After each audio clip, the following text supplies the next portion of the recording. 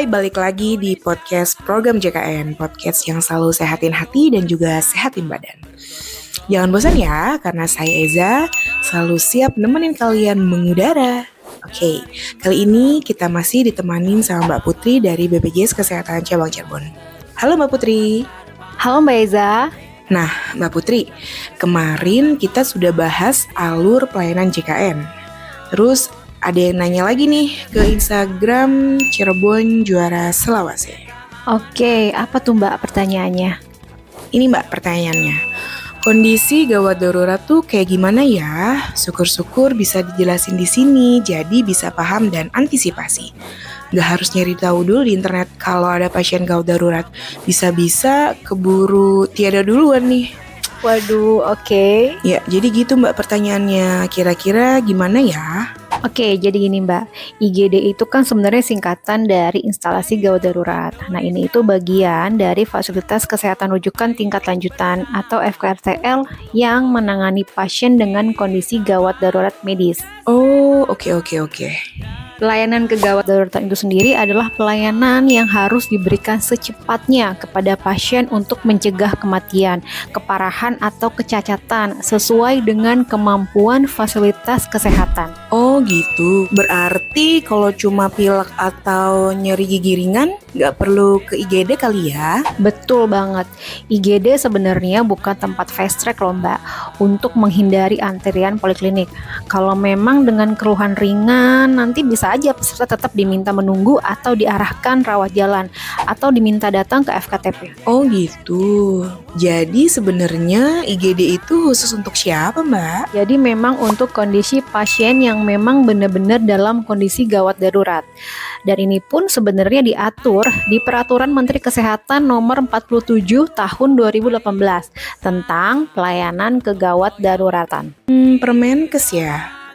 Kriteria gawat daruratnya tuh seperti apa Mbak? Untuk kriteria gawat darurat itu seperti yang pertama mengancam nyawa, membahayakan diri sendiri, orang lain, ataupun lingkungan. Lalu yang kedua yaitu adanya gangguan pada jalan nafas, pernafasan, dan sirkulasi. Oke. Ada lagi Mbak? Yang ketiga adanya penurunan kesadaran, lalu yang keempat adanya gangguan hemodinamik, dan atau yang terakhir nih, memerlukan tindakan segera. Oh iya. Lalu penetapan terpenuhinya kriteria gawat darurat atau yang menentukan pasien itu gawat darurat sepenuhnya itu ditetapkan oleh dokter penanggung jawab pasien atau DPJP ya, bukan oleh pasien itu sendiri. Ingat loh Mbak itu. Oke.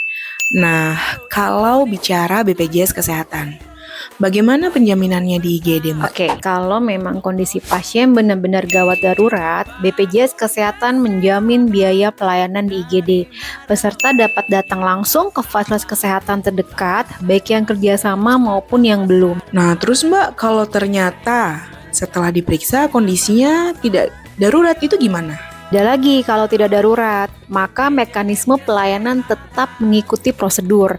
Peserta nanti diarahkan kembali ke FKTP atau mengikuti jalur rujukan sesuai indikasi medis. Kalau memang peserta tetap mau dilayani di IGD untuk kondisi ringan atau tidak darurat, nanti biayanya jadi tanggungan pribadi. Wah, jadi nggak bisa sembarangan bilang darurat dong ya, biar cepat dilayani. Begitu ya Mbak? Betul, karena pasti dokter punya kriteria medis yang jelas.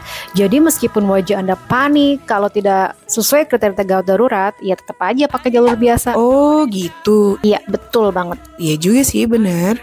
Oke, jadi kesimpulannya IGD itu tempat khusus untuk kondisi yang mengancam nyawa atau berisiko berat ya. Dan BPJS Kesehatan akan menjamin biayanya jika memang masuk kriteria gawat darurat. Begitu ya Mbak? Betul banget. Jadi tipsnya, kenali tanda-tanda gawat darurat, jangan ragu minta pertolongan kalau benar-benar perlu, dan selalu bawa KTP serta kartu JKN yang aktif. Dan yang terakhir, jangan ragu bertanya ke petugas BPJS 1 kalau ada kendala. Apa tuh Mbak BPJS 1? Nanti mungkin ya kita bahas di podcast selanjutnya. Oke, terima kasih banyak Mbak Putri penjelasannya. Semoga kita semua jadi lebih paham. Sama-sama Mbak Eza. Semoga kita sehat selalu, dan kalaupun harus ke IGD, semoga bukan karena ada drama ya Mbak, tapi benar-benar karena memang butuh. Bisa aja nih Mbak Putri. Kalau gitu sampai ketemu lagi di episode selanjutnya. Tetap sehat, tetap santai.